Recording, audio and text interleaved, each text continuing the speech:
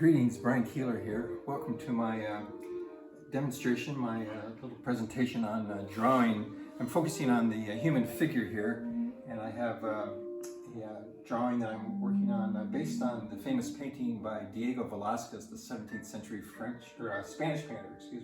Spanish painter. One of my favorite painters, and this particular theme is the Forge of Vulcan.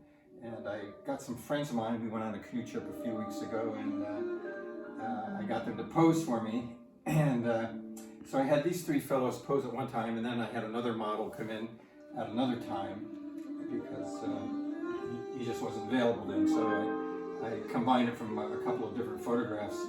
And this drawing is at a nice stage here now where you can see two different stages with a more or less completed stage of the three figures on the right, and on the left is the figure of Apollo at the intermediary stage. So maybe if you can come in a little closer here now, you can see that I've got the drawing all blocked in, and right now I'm just doing the blocking stage here with a pencil. I'm doing it with a graphite pencil on tinted paper, and so I have it pretty well established, and the next stage will be to go to using various types of charcoal, but I have a ways to go yet with the pencil stage here. I'll establish the values a little more definitively.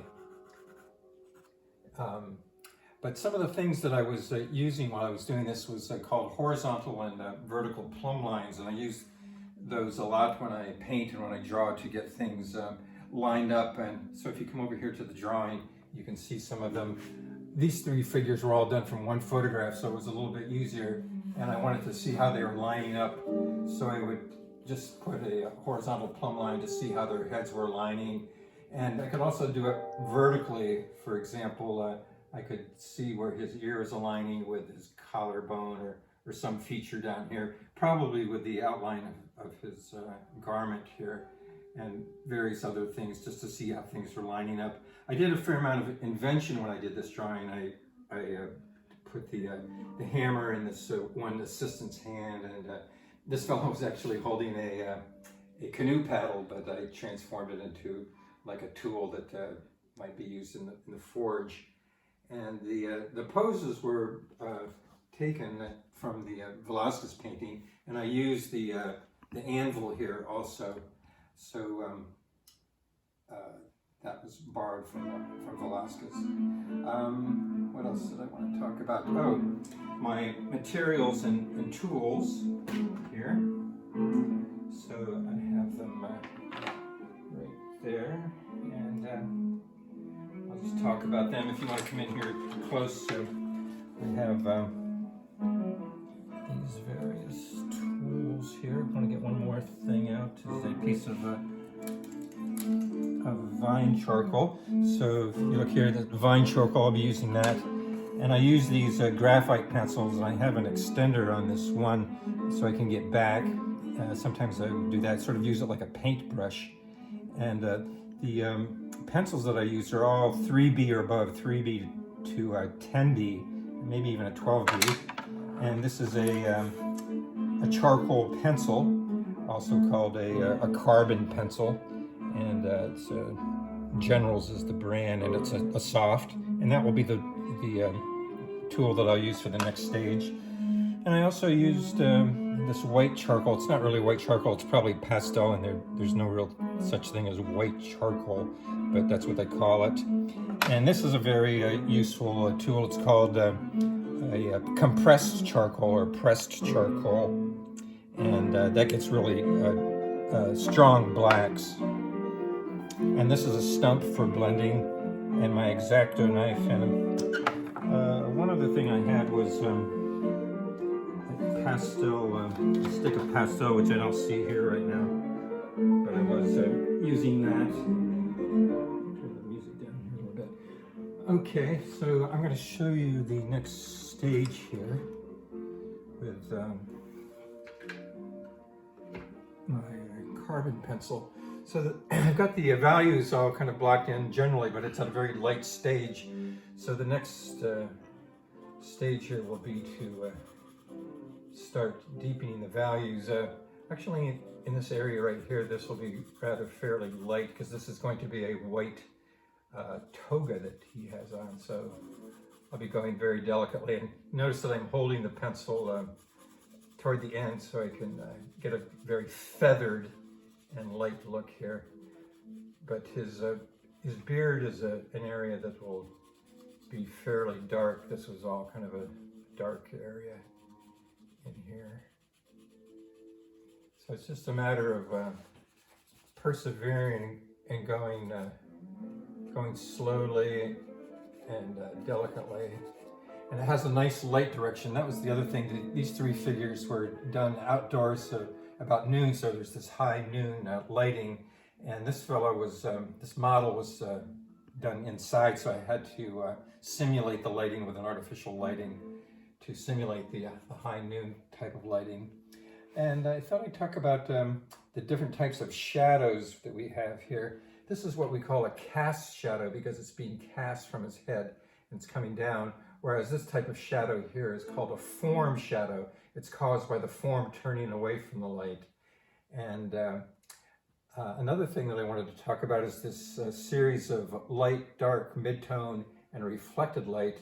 And you can see it quite clearly right here. We have highlight, kind of mid-tone, and then the paper, the color of the paper supplies the transition between the light, and then we go into the shadow area, and then the core of the shadow, and then the reflected light. And then there'd be a whole series of these sort of turning forms here with each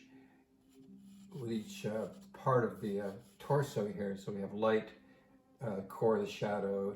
There's not really a reflected light there, but I think you get the idea. Oh, here's another example here with reflected light and core of the shadow again. And I'm going to show you a little illustration over there later. So now I'm going to show you some of these other drawings that I have around here. And I have a series of drawings that I've been doing. If you point the camera down here, these are a series of drawings, charcoal drawings on white paper. The one that you were just looking at was on tinted paper, but these were on white paper, and they're based on scenes from Florentine history. I have this novel in my head that I've been researching and thinking about for quite a while. So part of the fun of it is to actually illustrate these scenes, these episodes. And the one difference between the one that you're looking at right now and all these other subsequent ones is that they were created more or less out of my head.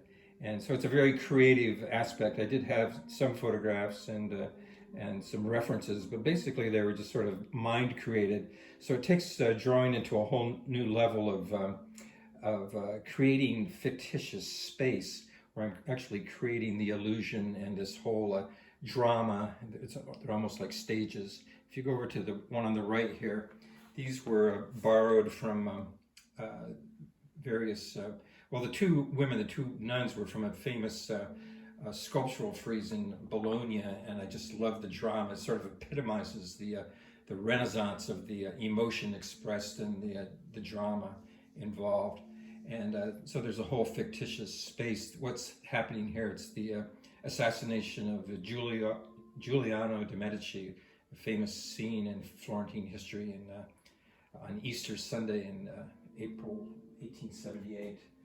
And there's a couple other ones here from that same concept.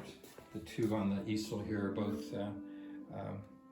illustrations from that Florentine history. The one on the bottom that you're looking at now is Savonarola and Botticelli about to throw his paintings into the bonfire of the Vanities, a famous episode in Florentine history. And you may remember the book of the same name by contemporary author Thomas Wolfe.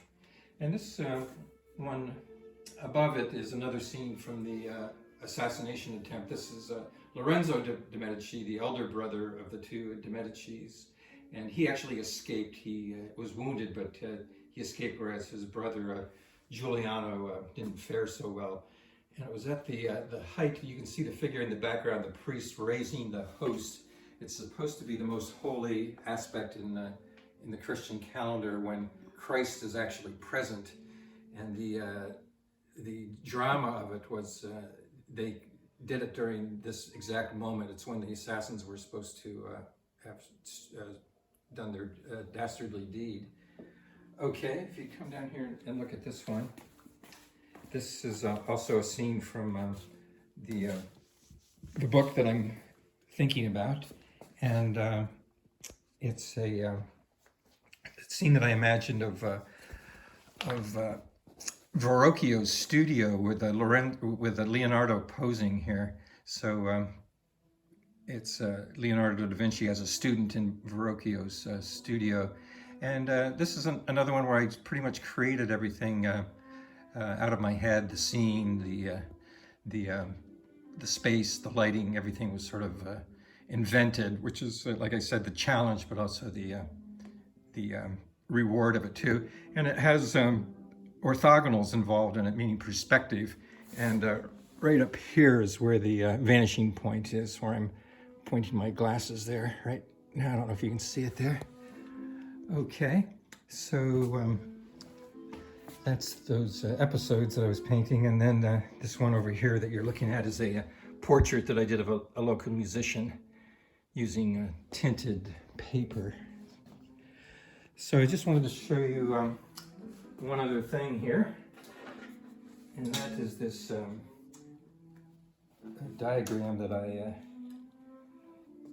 made here, and this illustrates this idea very clearly. I think hopefully you can see it there. Is of light, dark, mid-tone. I'm gonna get my pencil out here so I can point it out. So we have highlight, light, sort of a transitional tone, then it goes into shadow.